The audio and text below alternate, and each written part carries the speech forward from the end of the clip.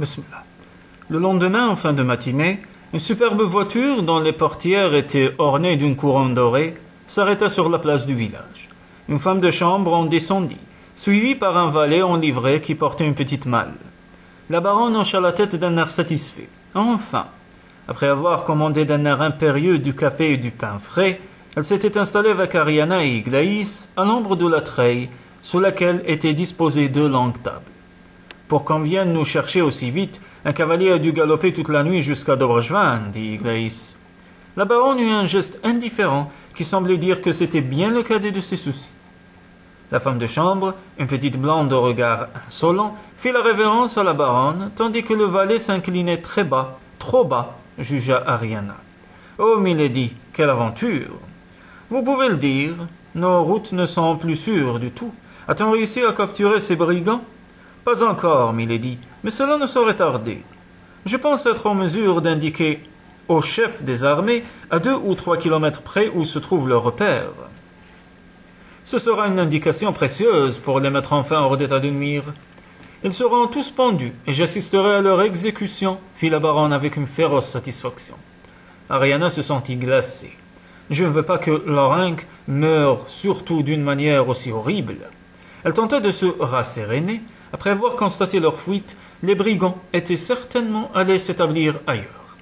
L'une ne lui avait-elle pas confié que ces messieurs disposaient de nombreuses possibilités de repli et ne restaient jamais longtemps au même endroit?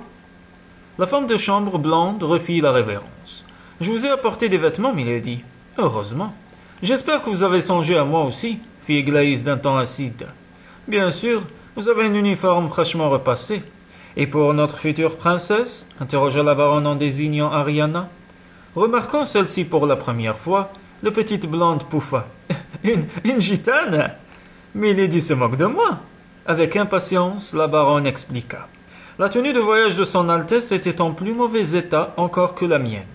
Elle a été obligée de revêtir ce que lui ont trouvé nos ravisseurs. La femme de chambre blonde parut effrayée à la pensée d'avoir commis un impair. Elle plongea dans une profonde révérence devant Ariana. « Je vous en prie, Altesse, pardonnez-moi, je ne pouvais pas deviner. »« Je vous en prie, » coupa la jeune fille. En haussant les épaules, elle poursuivit. Après l'expérience que nous venons de vivre, les cérémonies ne sont plus de mise. Pour l'instant, déclara-t-elle d'une voix claire et nette. La baronne lui adressa un regard torve. Elle n'avait jamais vraiment accepté que la jeune fille l'appelle Goethe, même si c'était elle qui le lui avait demandé. Et cela ne lui plaisait pas non plus de la voir s'affirmer ainsi. Pinçant les lèvres, elle déclara « Je suppose que je vais devoir vous prêter une robe. » Soudain, elle fixa la jeune femme de chambre d'un air accusateur. « Avez-vous seulement une idée de m'apporter des phares ?» La petite blonde parut rétrécir. « Milady, je crains que... » La baronne la gifla violemment. « Vous avez oublié ? Ce n'est pas ma faute, milady, c'est la mienne peut-être. » Tout s'est passé si vite, milady, je n'ai pas eu le temps de réfléchir. La femme de charge est venue me réveiller en pleine nuit. Nous avons mis quelques-unes de vos robes dans une malle, et puis il a fallu partir. C'est impardonnable. » Sur ces mots, prononcés d'un ton dramatique, la baronne lui tourna le dos et regagna l'auberge. « Venez m'aider, Iglaïs. » Elle adressa un coup d'œil chargé d'animosité à Ariana. « Venez vous aussi, Seigneur Calampoté. Si je n'étais pas là pour la secouer un peu, elle resterait ici à rêvasser. » Bon gré, mal gré, la jeune fille dut leur emboîter le pas. « Je vais vous prêter une robe, dit la baronne. Notre future princesse ne peut quand même pas arriver au palais déguisée en gitane. » Cela ne plaisait guère à Ariana de mettre des vêtements appartenant à la baronne, mais que pouvait-elle dire? Aidée par Iglaïs, elle enfila une jupe en soie vert pomme. « Elle est trop large pour vous, » remarqua la baronne d'un ton aigre, « et pourtant vous ne portez pas de corset. »« Je n'en ai jamais eu. Il faudra bien que vous vous y mettiez, comme tout le monde. » Une jaquette également en soie verte, ainsi qu'une blouse en mousseline, parme et un immense chapeau orné de plumes d'autruche complétaient cette tenue. Déjà, Ariana regrettait la robe de gitane dans laquelle elle se sentait si libre. Si la blouse était blanche, cela irait à peu près, se dit-elle en contemplant son reflet dans l'armoire à glace. Mais ce vert avec ce parme, j'ai l'air d'un perroquet. La baronne fronça les sourcils. Vous n'êtes pas contente, peut-être? Si, Goethe, merci infiniment. La route était devenue meilleure et les 4 solides chevaux allaient maintenant au grand galop. Chaque tour de roue m'éloigne de Lorinc, pensa Ariana en luttant contre ce larme. Épuisée par les émotions et le rythme rapide auquel se succédaient les événements, elle ne tarda pas à s'endormir. Après avoir posé l'encombrant couvre-chef en face d'elle, on arrive. Iglaïs lui donna un coup de pied dans les chevilles et la jeune fille se réveilla en sursaut. On arrive, répéta Iglaïs. Avec autant de fierté que s'il lui appartenait, la femme de chambre ajouta « Regardez le palais là-bas ». Dominant la ville de Dobrjvan, un bâtiment fortifié en pierre pâle s'élevait sur une colline, avec ses multiples tours, ses tourelles et son donjon massif sur lequel flottaient plusieurs pavillons. Il avait l'air d'un château de conte de fées. « Alors, Altesse, demanda la baronne avec ironie, que pensez-vous de votre nouveau domicile? Il est tout de même plus impressionnant que la maison de Constantin Bardikiev. Bon? C'est trop beau, dit la jeune fille avec sincérité. Son appréhension montait. Elle avait déjà pu se rendre compte de l'égoïsme et de la méchanceté de la baronne. Iglaïs ne valait pas mieux. Et après avoir entendu les villageois parler de la cruauté du prince, je peux me poser des questions, se dit-elle. Le prince Stéphane était-il vraiment ce tyran sanguinaire décrit par les clients de l'auberge? Elle tenta de se rassurer. Ils exagéraient, probablement. Je ne dois pas oublier qu'ils étaient ivres et s'échauffaient mutuellement. La voiture ne tarda pas à pénétrer dans la ville. Une ville qui aurait pu être coquette avec ses maisons anciennes et ses rues pavées, si elle ne sointait pas de pauvreté. Le cocher maintenait ses chevaux au grand trot. « Elle va bien trop vite, pensa Ariana. Mais les habitants de cette petite capitale semblaient avoir l'habitude de courir se réfugier le long des immeubles à l'arrivée d'une voiture. Quand les passants ne se rangeaient pas assez rapidement, le fouet du cocher sifflait. La lanière atteignit même une vieille dame qui laissa échapper un cri de douleur. « Mon Dieu, il l'a frappée !» s'écria la jeune fille avec horreur. La baronne haussa les épaules. « Peu, pure comédie. Elle n'avait qu'à faire attention. » Avec mépris, elle ajouta. « Ces gens-là sont tout de même en train de se plaindre. »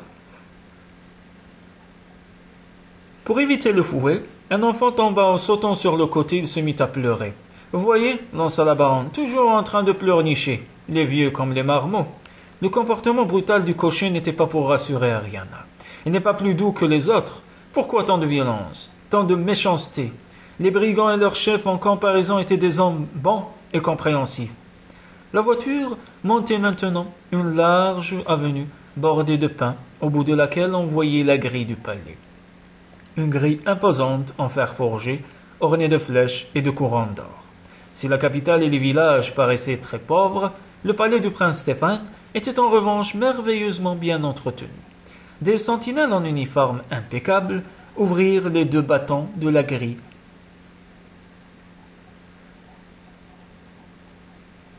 et présentèrent les armes, tandis que le cocher mettait les chevaux au pas pour pénétrer dans une vaste cour pavée. Derrière le palais, Ariana aperçut un parc fleuri, des statues de marbre, des fontaines.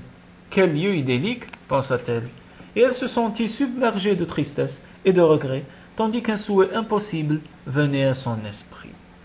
Si c'était seulement Lorinc que j'épousais pour vivre dans ce cadre enchanteur, je serais tellement heureuse. La voiture s'arrêta devant un perron majestueux en marbre blanc, et une petite foule apparut. Des huissiers, des écuyers, des domestiques en livrée. Ariana se sentit soudain intimidée. Qu'allaient penser tous ces gens-là de la future princesse? Certes, elle n'aurait pas pu apparaître devant eux en robe de gitane, mais le simple voyant que lui avait prêté la baronne ne lui paraissait pas beaucoup mieux. On ouvrit les portières et la baronne descendit la première d'un air impérial. « Son Altesse n'est pas venue nous accueillir, » s'étonna-t-elle. « L'a-t-on seulement prévenu de notre arrivée ?» Un huissier s'éclaircit la gorge. « Milady, son Altesse a... N'en dites pas davantage, je peux aisément deviner ce qui s'est passé. » À mi-voix, elle poursuivit. « Le prince a encore trop bu hier ?» Ariana retint sa respiration. « Quoi? Le souverain de Dobrjvani, non content de faire régner la terreur jusque dans les campagnes les plus reculées, était porté sur la bouteille? Je ne veux pas épouser un homme pareil. Lorinc, venez à mon secours. » Mais Lorinc était loin, hélas. La baronne s'esclaffa. « Décidément, nous ne le changerons pas. » Le majordome qui venait d'arriver parut horriblement gêné. Tout en s'inclinant, il commença. « C'est-à-dire, milady, que... »« Je vous en prie, Cheskilov, ne me racontez pas que son Altesse a la migraine, » s'exclama-t-elle. « Personne ne faisait attention à Ariana. On aurait pu la croire invisible. Et en tant que future princesse de ce pays, j'aurais pu m'attendre à une autre réception, pensa-t-elle. Une autre serait certainement froissée. Grâce au ciel, je ne suis pas susceptible. La baronne parut se souvenir de sa présence. Iglaïs conduisait mademoiselle Dunster à la chambre qui lui a été préparée. Je ne sais pas où elle est. Moi, cette chambre, grommela Iglaïs. La baronne fronça les sourcils. Je reconnais que nous avons vécu des moments difficiles ensemble, Iglaïs. Cela a été dur pour tout le monde, et vos manières se sont forcément un peu relâchées. D'une voix qui claqua comme un coup de fouet, elle poursuivit. C'est déjà du passé. Sachez que tout redevient comme avant. J'attends de vous une soumission totale. Iglaïs parut se rétrécir. Son regard restait aussi sournois, mais elle avait vraiment l'air terrifiée. Bien, milady, murmura-t-elle en plongeant dans une profonde révérence. Si vous ne savez pas où est la chambre de mademoiselle Dunster, vous n'avez qu'à le demander. Ce n'est tout de même pas à moi de vous renseigner. Non, bien sûr, milady. Iglaïs se tourna vers Ariana. Venez par ici. En réalité, elle savait parfaitement où devait être logée la jeune fille, car elle l'amena au premier étage dans un luxueux appartement composé d'un salon, d'une chambre et d'un cabinet de toilette. C'est très simple ici, dit-elle avec dédain. Simple, vous trouvez? S'écria la jeune fille en ouvrant de grands yeux. Ces pièces décorées en ton pastel lui paraissaient absolument ravissantes. Attendez de voir les appartements princiers, milady. C'est chargé de les refaire, et je n'ai jamais rien vu d'aussi somptueux. Des dorures, des teintures en satin rouge partout. Je ne crois pas que cela me plaira, se dit Ariana. Elle avait eu le temps de s'apercevoir que la baronne avait des goûts fort tapageurs. Mais elle jugea plus sage de ne pas dire ce qu'elle pensait. Au lieu de cela, elle se contenta de demander « Pourquoi est-ce la baronne qui a décoré les appartements princiers ?»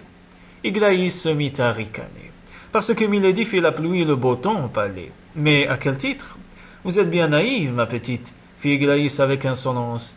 Elle alla vérifier si le lit était fait et s'il y avait des serviettes dans le cabinet de toilette. « Bon, vous avez tout ce qu'il vous faut. Si vous avez faim, si vous avez soif, sonnez. » Elle désignait le cordon en soie bleu pâle. N'hésitez pas à demander tout ce qui vous fait envie. Du champagne, des vins fins, des ortolans, des langoustes, des huîtres, des choux à la crème. Que sais-je moi? Profitez de la vie pendant qu'il en est encore temps. Pourquoi dites-vous cela? Parce que c'est comme ça. Sur ces mots, elle sortit en ricanant plus fort que jamais. Restée seule, Ariana fit le tour de son domaine. Ses fenêtres donnaient toutes sur le jardin. Elle admira les pelouses qui descendaient en pente douce jusqu'à un lac scintillant sous le soleil. Oui, c'est un cadre idyllique, se redit-elle. Malheureusement, tout était loin d'être idyllique dans ce tourbillon qui l'avait précipité d'un tranquille village de Yorkshire jusqu'au palais des princes de Dobrajvani. Iglaïs rouvrit la porte sans frapper. « Il vous faut quand même une femme de chambre. Le majordome vient de m'apprendre que celle-ci vient de se présenter. Ça tombait bien. J'espère qu'elle fera l'affaire. » Sur ces mots, elle poussa en avant une jeune femme visiblement très intimidée, qui semblait déguisée dans l'uniforme de femme de chambre, tout neuf, qu'on avait dû lui faire revêtir en hâte. Elle fit la révérence. « Je suis prête à faire de mon mieux pour donner satisfaction à son Altesse, dit-elle d'une voix pointue, très haut perchée. Si elle ne vous plaît pas, coupa Iglaïs, vous vous débrouillerez toute seule. On ne va pas passer des jours à chercher une domestique convenant à mademoiselle. » Son rire méchant retentit de nouveau, puis elle claqua la porte. La femme de chambre refit la révérence. « Lily, à votre service, Altesse, » fit-elle de sa voix pointue presque métallique. « Ne m'appelez pas Altesse, » fit la jeune fille avec une soudaine impatience. Elle frissonna. « Je n'ai pas encore épousé le prince. » La domestique alla jeter un coup d'œil dans le couloir avant de revenir vers Ariana. « Personne ne nous écoute ?» La jeune fille haussa les sourcils. « Pourquoi voudriez-vous que l'on s'intéresse à nos conversations ?» demanda-t-elle en posant le vaste chapeau orné de plumes d'autruche sur une commode. De toute façon, elle n'avait aucune intention de passer beaucoup de temps avec cette étrange femme à la voix si peu musicale. Elle ne la trouvait guère sympathique, et comme elle était vilaine avec ses cheveux rougeâtres tirés en chignon très serré sous son bonnet immaculé, ses yeux ronds et son visage si pâle, si blanc qu'il avait l'air d'avoir été passé à la craie. « Vous ne me reconnaissez pas, mademoiselle Ariana ?» demanda-t-elle soudain. « Pourquoi voulez-vous que je vous reconnaisse? nous nous serions déjà rencontrés. Seriez-vous l'une des servantes de l'auberge où nous avons passé la nuit? La jeune fille secoua la tête. Non, honnêtement, je ne me souviens pas de vous, reprit-elle. Lily se mit à rire, puis d'une voix très différente de celle qu'elle avait affectée jusqu'à présent, déclara. Nous avons passé beaucoup de temps ensemble au bord d'un certain ruisseau. Ariana eut une exclamation de stupeur. Lul? Chut! Ici le mur rend des oreilles, mieux vaut que vous m'appeliez Lily. Les larmes aux yeux, la jeune fille courut l'embrasser. Oh, je suis si contente. Je me sentais tellement seule, tellement perdue, nulle. Je veux dire, Lily, comment avez-vous réussi à vous introduire ici? J'ai prétendu être femme de chambre et chercher un emploi. Tout s'est bien passé. J'ai quelques complicités au palais. Et ce déguisement, vos beaux cheveux noirs, je les ai passés au henné. Ce teint blafard, une sorte de pommade de peinture plutôt. Cela tient bien, mais il ne faut pas que je me mette sous la pluie. Ariana riait et pleurait à la fois. « Je suis si contente, répéta-t-elle. Qui vous a donné l'idée de venir ici? C'est... Lul hésita avant de poursuivre. Lorenk qui m'envoie. Il dit que vous allez avoir bien besoin d'une alliée. Lorenk? Murmura Ariana. Elle se sentit rougir. Il avait donc pensé à elle, il souhaitait l'aider. Lul la regardait en souriant, gênée de se sentir devinée. Elle changea de sujet de conversation. Pensez-vous que vos amis ont dû quitter le campement à temps? Demanda-t-elle avec angoisse. Avant que l'on envoie des soldats là-bas? Dès que votre disparition a été constatée, le camp a été levé. Ne vous inquiétez pas, nos hommes sont insaisissables dans ces montagnes. Nous avons énormément de possibilités de repli, et aussi de nombreuses complicités. Vous avez dit tout à l'heure on disposait même au palais. Oui, beaucoup en sont des nôtres. Des domestiques, des soldats, des officiers. Ce seraient tous des brigands? Demanda Ariana avec incrédulité. Lui esquissa un petit sourire. Il y a encore tant de choses qui vous échappent. Expliquez-moi. Lul hésita. Je ne sais pas si ce serait prudent, fit-elle à mi-voix. Imaginez qu'ils vous torturent pour vous faire parler. Ils en sont capables. Ils sont capables de tout. Elle sursauta. On venait de frapper à la porte de la petite antichambre qui précédait le salon. Prenant une expression ahurie, elle alla ouvrir.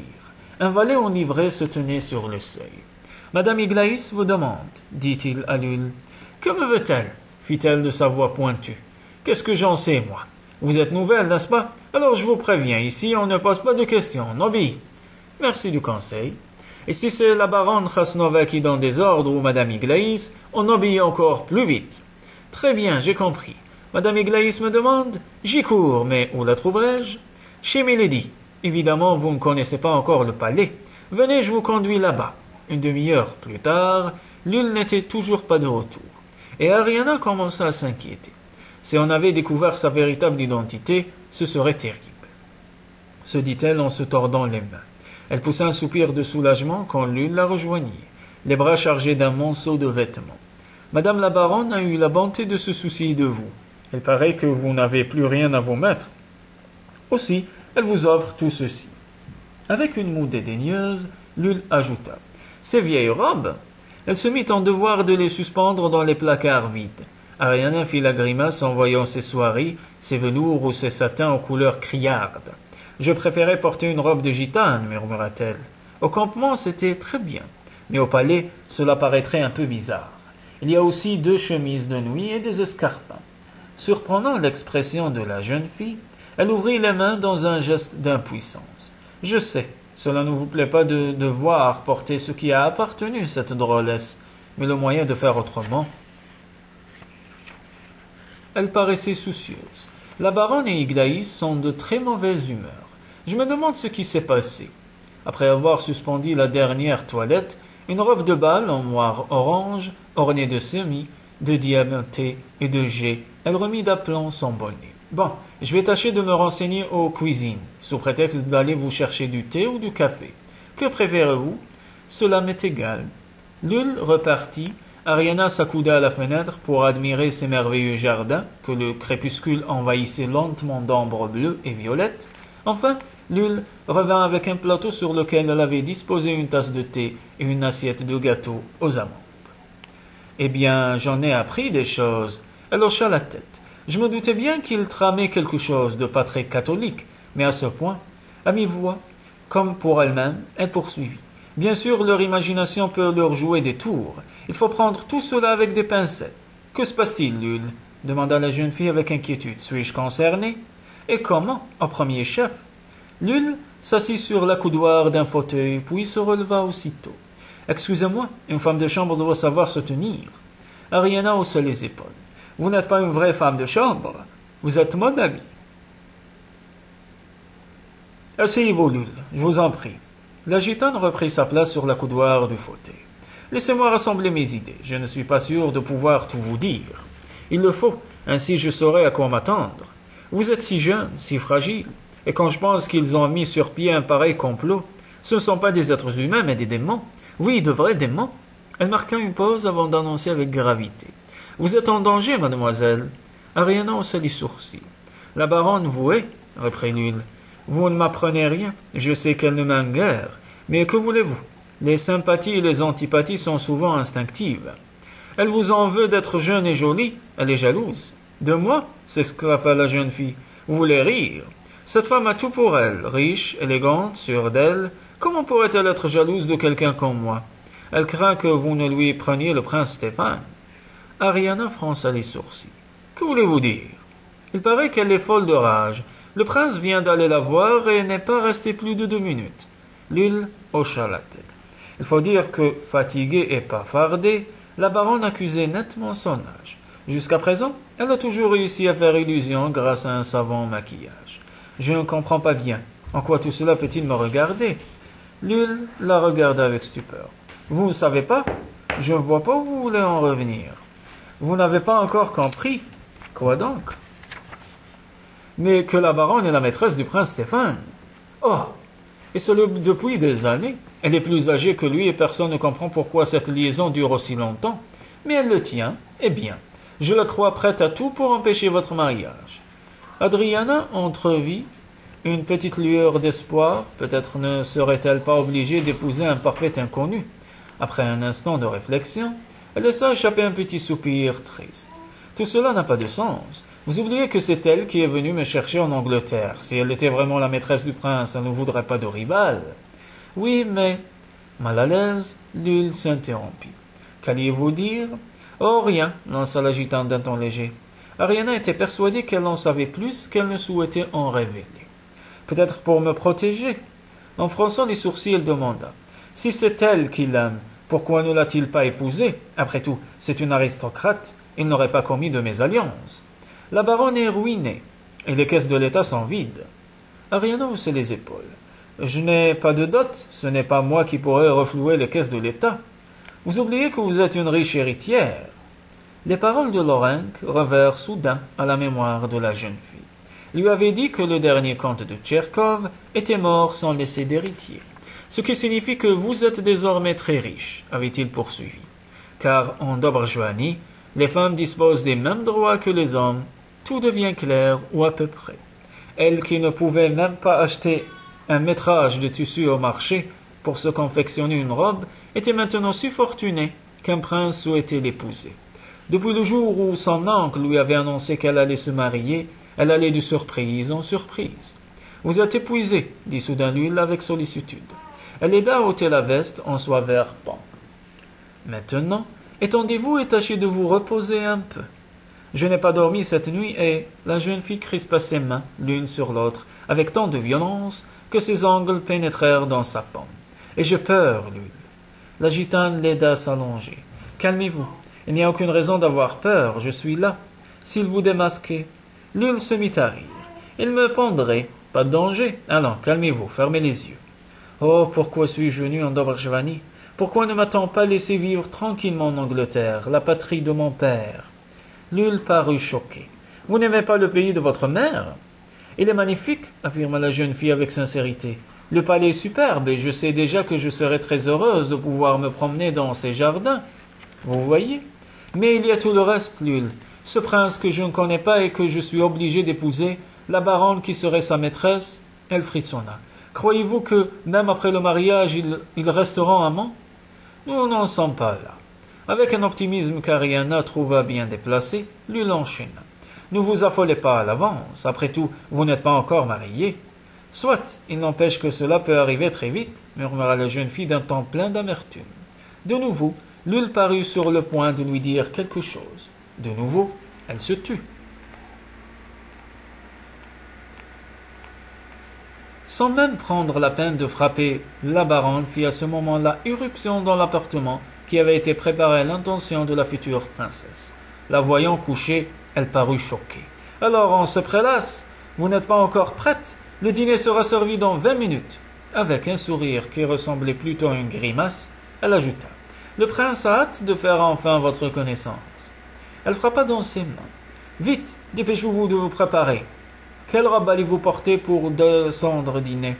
Vous ne pouvez pas vous plaindre de ne rien avoir à vous mettre sur le dos. » Son rire aigu retentit, tandis qu'elle proclamait « Je vous ai offert une vraie garde-robe de princesse. » En voyant Lul ouvrir les placards, elle leva les yeux au ciel. « Eh bien, elle n'est pas rapide, celle-là.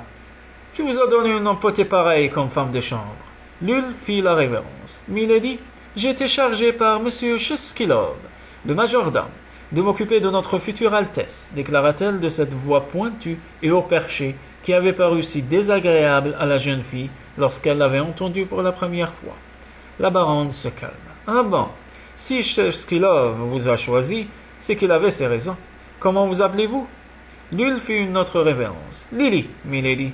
Eh bien, dépêchez-vous un peu, Lily. Il faut que mademoiselle Dunster soit en bas au 3e coup de gang, c'est-à-dire dans... » Elle jeta un coup d'œil à la pendule. « Dans un quart d'heure maintenant. » Lul décrocha une robe en soie pourpre ornée de galants dorés que la baronne examina sans enthousiasme. « Elle est trop décolletée. »« C'est vrai, elle est jalouse, » pensa Ariana. « Toutes les robes du soir que vous avez eu la bonté de donner à mademoiselle Dunster sont très décolletées, » dit Lul de sa voix pointue. « Dans ce cas, vous vous arrangerez pour draper un pudique petit foulard là où il faut, afin que mademoiselle Dunster n'expose pas ses appâts à tous les vents. » Avec ironie, elle ajouta. « Après tout, c'est encore une candide jeune fille. Elle ne peut pas s'habiller comme une dame avertie. » Sur ces mots, elle partit en coup de vent. « Je déteste cette robe, » dit Ariana. « Je la trouve vulgaire, horrible et... » « Vous n'avez pas le temps d'en choisir une autre, » coupa Lul. « De toute façon, ces toilettes se valent. Elles sont toutes de si mauvais goût. Mais vous n'avez rien d'autre, comme l'a souligné la baronne. Sinon, cette garde-robe de princesse, fit Ariana sarcastique. Bon gré, mal gré, elle revêtit la robe pourpre et or, puis Lul noua une légère écharpe en lamé doré devant la naissance de ses seins, plus que généreusement exposés par ce décolleté plongeant. Un premier coup de gang retentit au moment où sa soi-disant femme de chambre brossait ses boucles dorées. « Quel dommage !» s'exclama Lul. « Je n'aurai pas le temps de vous coiffer de manière élaborée. »« Tant pis. » Lul lui attacha les cheveux à l'aide d'un étroit ruban. Puis elle lui tendit des escarpins en satin écarlate. Ils étaient un peu trop étroits, alors que les souliers de Madame Perkins étaient trop grands. « Je n'aurai donc jamais de chaussures à ma taille ?» se demanda la jeune fille. Lul la poussa vers la porte. « Descendez maintenant. Vite, le 3e coup de gang ne devrait pas tarder à se faire entendre. » En proie à une soudaine peur panique, la jeune fille marqua un temps d'arrêt. « Où dois-je aller ?» Lul la conduisit jusqu'à l'escalier d'honneur. « Une fois que vous serez dans le grand hall, les domestiques vous indiqueront où se trouve la salle à manger. » Elle lui tapota amicalement l'épaule. « Courage !» Au moment où la jeune fille arrivait en bas, le majordome levait le bras pour frapper le gang de cuivre qui se trouvait près de l'entrée monumentale du palais. Des laquais en livrée ouvrirent une porte à double battant. Ariana vit, sous les lustres, une longue table étincelante de cristaux et d'argenterie où les couverts étaient seulement mis pour 3. La baronne, resplendissante, dans une robe en satin vert, s'avança vers elle. « Voici notre petite Anglaise, » fit-elle avec condescendance. Ariana vit des émeraudes briller à son cou, à ses doigts et à ses oreilles. Tous ces bijoux n'ont pas été volés, eut-elle le temps de penser. Le rire aigu de la baronne retentit, ce rire que la jeune fille ne pouvait plus supporter. « Stéphane, venez donc saluer votre petite fiancée, » poursuivit Getrasnova d'un ton mielleux. Un homme de haute taille, vêtu d'un habit du soir à la coupe parfaite, s'avança pas lent, et Ariana demeura figée sur place, les yeux agrandis. Elle était médusée à un tel point qu'elle ne songeait même pas à faire la révérence. L'oreille ? Ce n'était pas possible. Son imagination lui jouait des tours. Comment était-il possible que le prince Stéphane et Lorenc, le chef des brigands, ne soient qu'une seule et même personne? Tout se mit à tourner autour d'elle. Elle eut à peine le temps de remarquer que le beau sourire de Lorenc ressemblait plutôt chez Stéphane à un rictus, que le premier avait de superbes yeux gris et le second d'étranges prunelles jaunes, des prunelles de fauve, et qu'il ne regardait pas vraiment en face. « Je vais devenir folle, pensa-t-elle. La voix de la baronne parvint à ses oreilles de très loin, comme au travers d'un brouillard. « Alors, que pensez-vous de votre petite fiancée, mon cher Stéphane ?»« Vous ne m'aviez pas dit qu'elle était si jolie, » fit le prince. « Voilà une bonne surprise. » Il se passa la langue sur les lèvres, comme un animal qui se pourlèche les babines, pensa la jeune fille. Le prince se frottait maintenant les mains avec satisfaction. « Je ne vais pas m'ennuyer avec un petit bijou comme celui-là. » Ariana se sentit sombrer dans un puits sans fond. Elle entendit encore la baronne crier. « Quelle petite nature, ce n'est pas possible, elle va s'évanouir, décèle, vite !» Ariana ferma les yeux, tout devint noir et elle s'effondra. Ariana souleva les paupières et rencontra le regard inquiet de Lune. Celle-ci lui passa un linge humide sur le front. « J'ai eu si peur quand on vous a ramené inanimé, dit-elle, puis je me suis dit qu'il n'allait tout de même pas être assez stupide pour attenter à votre vie avant le mariage. » Ariana s'aperçut qu'elle était dans sa chambre, allongée sur son lit. Elle tenta de rassembler ses esprits. « Attenter à ma vie ?» interrogea-t-elle d'une voix enrouée, une voix lointaine qu'elle ne se connaissait pas. Fâchée d'avoir parlé sans réfléchir, Lul grommela. « Ne faites pas attention à ce que je dis. » Elle apporta un verre à la jeune fille. Avec suspicion, Ariana examina le liquide coloré. « Qu'est-ce ?»« De l'eau avec un peu de cognac. Buvez, cela vous fera du bien. »« De l'alcool ?» demanda Ariana dubitative. « Vous avez besoin d'un petit coup de fouet. »« Un coup de fouet ? J'ai l'impression que par moments la baronne se chargerait volontiers de me le donner. »« Cela c'est sûr, sûr et certain. » Pendant que la jeune fille buvait, Lul l'examina d'un air inquiet. « Pourquoi vous êtes-vous évanoui? Vous n'étiez pas à jeun?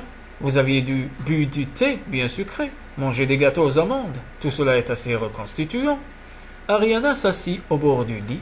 Sa tête ne tournait plus et peu à peu elle reprenait ses esprits. « Pourquoi avez-vous perdu connaissance ?» insista Lul. « Voyons, Lily, n'importe qui à ma place aurait éprouvé la même stupeur. Le prince. » Lul sursauta. « Qu'a-t-il dit? Qu'a-t-il fait? Rien. » Elle fronça les sourcils, faisant appel à ses souvenirs. « Rien. Il a seulement déclaré qu'il n'allait pas s'ennuyer avec un petit bijou comme moi. » « On peut s'attendre à des remarques de ce genre de sa part, » fit Lul avec mépris. Elle mit les poings sur ses hanches. « Il n'y a quand même pas de quoi tomber dans les pommes. Ce n'est pas à cause de cela, mais je m'attendais si peu à ce que le prince Stéphane... » Elle porta la main à son cœur avant de terminer. « Ressemble à ce point à Lorraine. »